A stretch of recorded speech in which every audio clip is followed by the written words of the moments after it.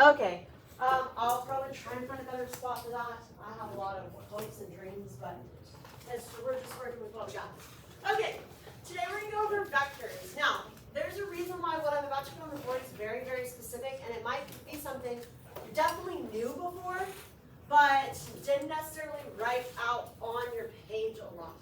So one thing I want to say before we get started with any of this is a lot of students who make it to AP Physics see you're really smart, you do a lot of math, and you do a lot of it in your head, and you don't necessarily show your work a lot or write a lot of things down.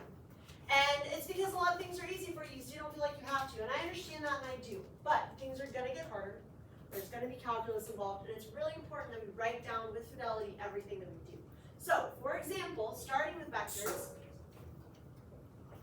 as a reminder, here are some of the ways we write different vectors that we're talking about. Position is R. You probably didn't use that one very often last year. If you did at all, that's because it's the total position vector. We never really talk about it in terms of that in one. We really just talk about an X or Y position, right? You talk about the components of it a lot. You're like, oh, it's located at X is equal to 3 meters, or it's located at a height of 2 meters, right? We talk about the X and Y a lot. We very rarely, in one, talk about the total position. Versus, you've probably written down for velocity, a total velocity, which is just v, versus the horizontal velocity and the vertical velocity, right? So if you've never seen R before, it's going to be important. We're going to need it. It's kind of, if you're like, why is R? I don't understand. It's because it's kind of like a radius, right? If I'm not going in the X direction or the Y direction, R is some radius away from the origin. That radius can be in any direction because radius is a circle, right? It can be all the points of a circle. So that radius would be the total position vector. So if you haven't seen that, that's that one. As a reminder for acceleration, the total would just be A, and then we have AX and AY. And then for displacement, that's our other vector that we have right now. It's delta R, delta X, and delta Y. That's very nitpicky, right? And each of these are the components. And this would be the total. So that's true for each of them. I'm not going to write it under each set, but that's true for each of them. I say this because a lot of us maybe don't sit down and label all the givens and unknowns in a given problem all the time. I highly recommend you do that, and I'm going to ask that you work on that as a skill because it's going to be important. But when you write those down, it's even important to make sure you're being really specific. A lot of times I see students in a projectile motion question who are just like, yep, that's velocity, and you don't know whether it's total, X, Y, what's going on with it. So that's how we can be more specific. Questions about that? Okay, there are 3 main ways, and then a little fourth. 3 main ways that we talk about vectors or draw them, right? Or state them. The first one would be the arrow, right?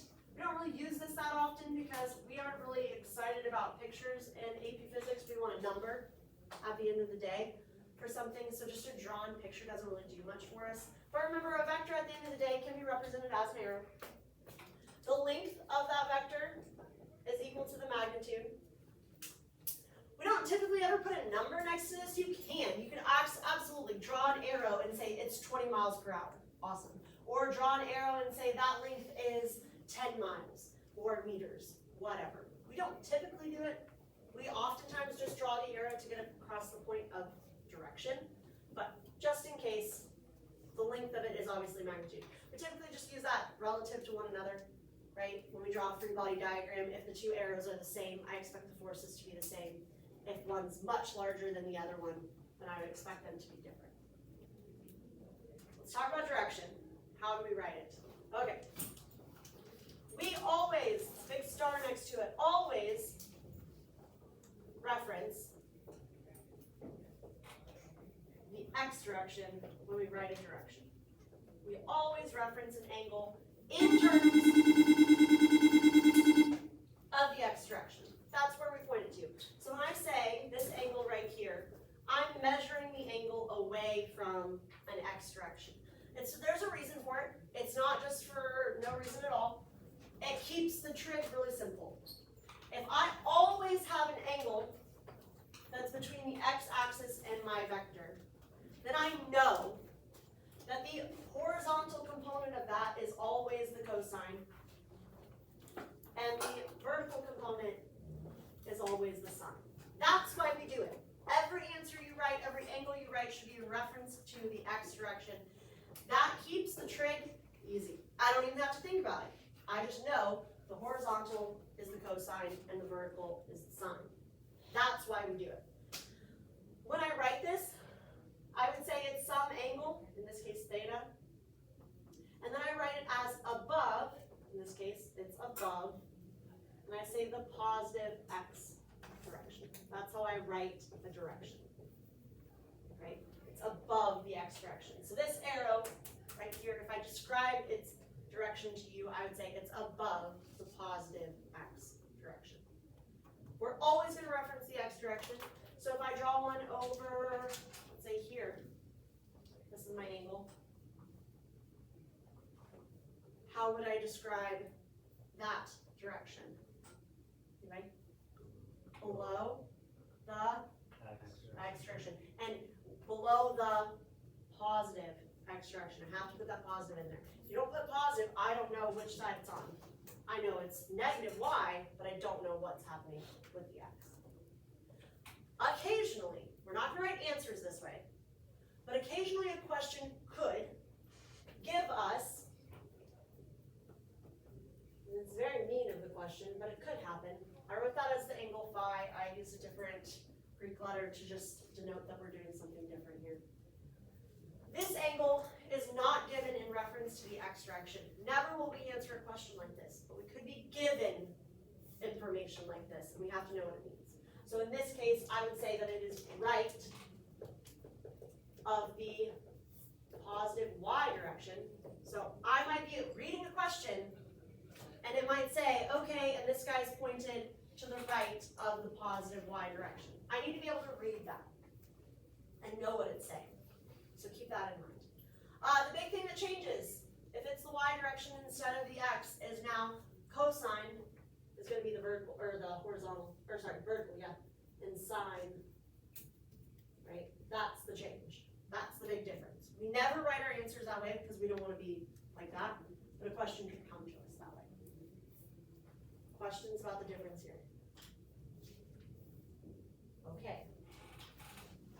So that's an arrow. Most likely it's just drawn, and maybe I have to say, hey, which direction is it going? It's above the positive x direction. Cool, I can do that. So that's magnitude, and direction is given by the direction. The second way, probably the one you're the most familiar with, the way we answer questions a lot, the way we're given information in a projectile question a lot. It has two names. You're going to see me use standard form a lot. Vector form also works. But an example of this would be 20 miles per hour at 30 degrees above the positive x direction. This is still a vector. I still gave a magnitude, 20 miles per hour, and a direction, above the x direction. So this is still vector. But when I say standard or vector form, I'm talking about a magnitude number and then a direction written out, the direction, an angle, and where it is, right? That's standard or vector form. So a lot of times, if I say Susie kicked the football, right, I'm going to say she kicked it at 35 miles per hour and an angle of 20 degrees above the horizontal. That's what I'm saying. That's standard or vector form. Both words work.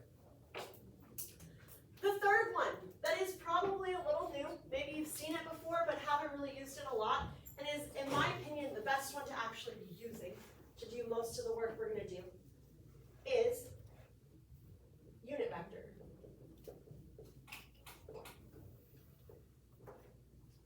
What is a unit vector? A unit vector is just a unit of something. A unit of something is just one unit of that thing. second squared. It's just one unit of that thing going in a very specific direction. Very specific direction. So if I put I, that's a unit vector, and I is in the x direction. So if I say I have something 10I, that means that it's 10 meters in the x direction, or it is 10 meters per second in the x direction. If I put a number next to this I, that's telling me how much is going in that direction. It's essentially giving me the components. That's how much in the x direction. For the y direction, it's j. And for the z direction, which we don't talk about very often, it is k. A good question is, what is the z direction? Okay, that's right, that's left, that's x. That's up, that's down, that's y. So that makes this z. Okay, we live in 3 dimensions. There are 3 that we can discuss. We just don't talk about this one a lot. So I would say forward and back would be the z direction in this case. We won't deal with it very much in this unit at all, but in the future we might see it a little bit more. E&M and magnetism specifically, that's where we're going to get a lot of K. We're going to have to figure out how to draw when things are going into the board and out of the board, so that's going to be important. But for the most part, we stick with right, left, up, down, x, and y. So it's unit vector form. I also like to think of it as component form because, for example, if I told you that the velocity of something is 8I minus 4j meters per second, I can very quickly tell you that Vx, the component of the velocity in the x direction, is 8. And the component in the y direction is negative 4.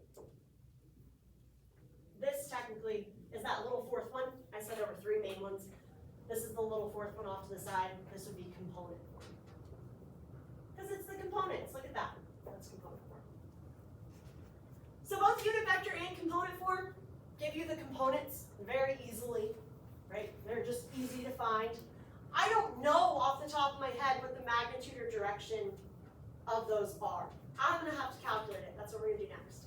I'm going to have to figure it out. I'm going to have to do some math. I don't know off the top of my head. But I do know very quickly what the components, how much in each direction. Versus for the arrow and standard or vector form, I know magnitude and direction, no problem.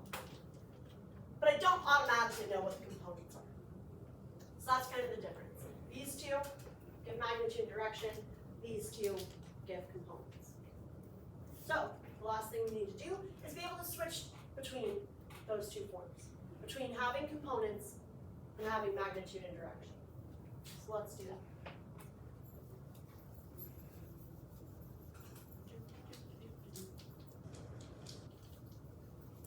I'll have to invest in a larger eraser. Okay, so if I want to go, we're going to go first from unit vector or component to standard.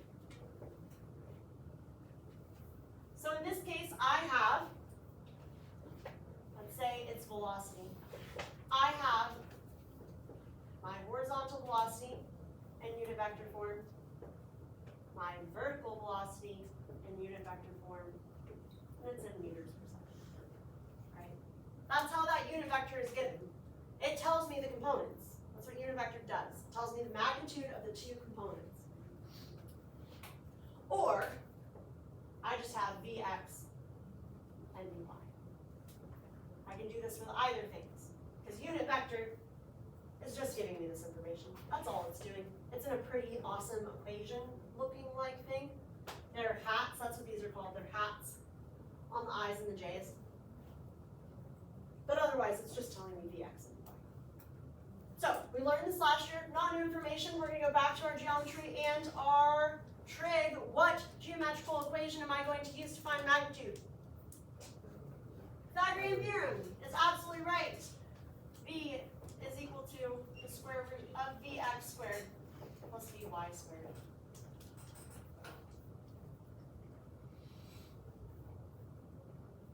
So if my example is that, no, I don't want that. V is 8I minus 4j.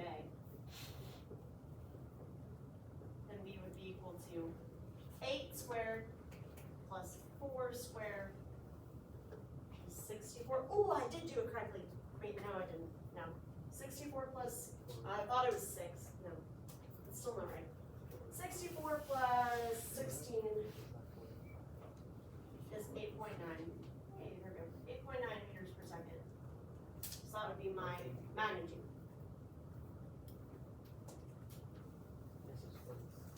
What trig function do I use to find direction? Okay, remember? Tan, inverse tan.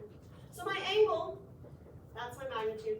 My angle is given by the inverse tangent of y over x. I'm doing this in velocity, that's what I'm giving you is in velocity, but this would work for position. This would work for displacement. This would work for acceleration. This would work for things that we haven't even talked about yet. Forces, right? This is true for anything. One thing I do, remember, even if you're a calculus teacher, which it shouldn't come up that often if you're in calculus. If you're in pre-calc, you're going to have more of an issue. But remember, our calculators in our class are always in degrees. Don't use radians. Unless we're in the rotational unit, then we might. I don't like putting negatives in this inverse tangent because I don't think that the negative answer that it gives me does me much good. So I always put the absolute values of these in there, and I'm going to find direction just by sketching it. So if I'm using this as an example, it's positive x, negative y. So I sketch it real quick, and I would know my angle is below the positive x direction. So if I finish out this example, it would be the inverse tangent of 4 over 8, so 1/2. Inverse tangent, no. 26.6. So 26.6 degrees at, oh no, that's that, below the positive x direction. That would be my answer. That's how I convert. Pythagorean theorem for magnitude, inverse tangent for angle, and then I'm always going to have to check the quadrant. Like, I just go in and check it real quick. 5 seconds. Questions about that?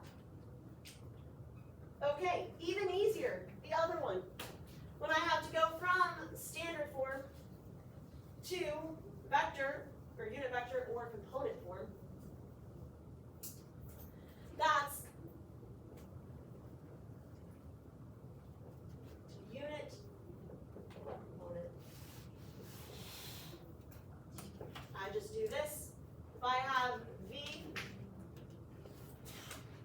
and theta, that's all I need. So Vx would be V cosine theta, and Vy is V sine theta. If I'm going to write that in unit vector form, it's just like it is up there. V cosine theta, so that's Vx, y, plus V sine theta. That would be in unit vector. Unit vectors are just the components. I want to say that 18 different ways. They're just the components. If you're ever like, oh my gosh, I don't like unit vector form at all, no, it's just the components. You've dealt with the components before. You know how to find them. You just type into your calculator V cosine theta, V sine theta. So if I do my example, I had 20 miles per hour at 30 degrees above positive x. I would type into my calculator for Vx 20 cosine 30. I'm magic, so I know that that's 17.1. I know. You can ooh and all later. It's fine. It's not like I just remember it from second period. Vy for all my friends who really love pre-cal and the sine of 30. Anybody tell me what that one is off the top of their head? 1/2 is the sine of 30. So 1/2 times 20 is 10. That one you can do in your head if you really love pre-cal and trig functions like I do. questions about this. It's important. Being able to go back and forth between the two is important. After that, it's just adding and subtracting vectors. We're going to do it more next class when we talk about relative motion, aka if a ball is on a train and I throw it, the person standing next to the train, how fast do they think the ball's going? That's the kind of relative motion we're going to do next class. But if you've never added or subtracted in unit vector form, I just want to show that real quick. So you're like, oh, it's actually the easiest thing that I've seen today, and I would love to do that. That would be like a homework or test question I'm really excited about. So if I say vector A, I'm going to say that it's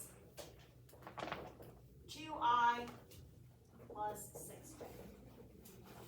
And vector B is negative 8I and 6j.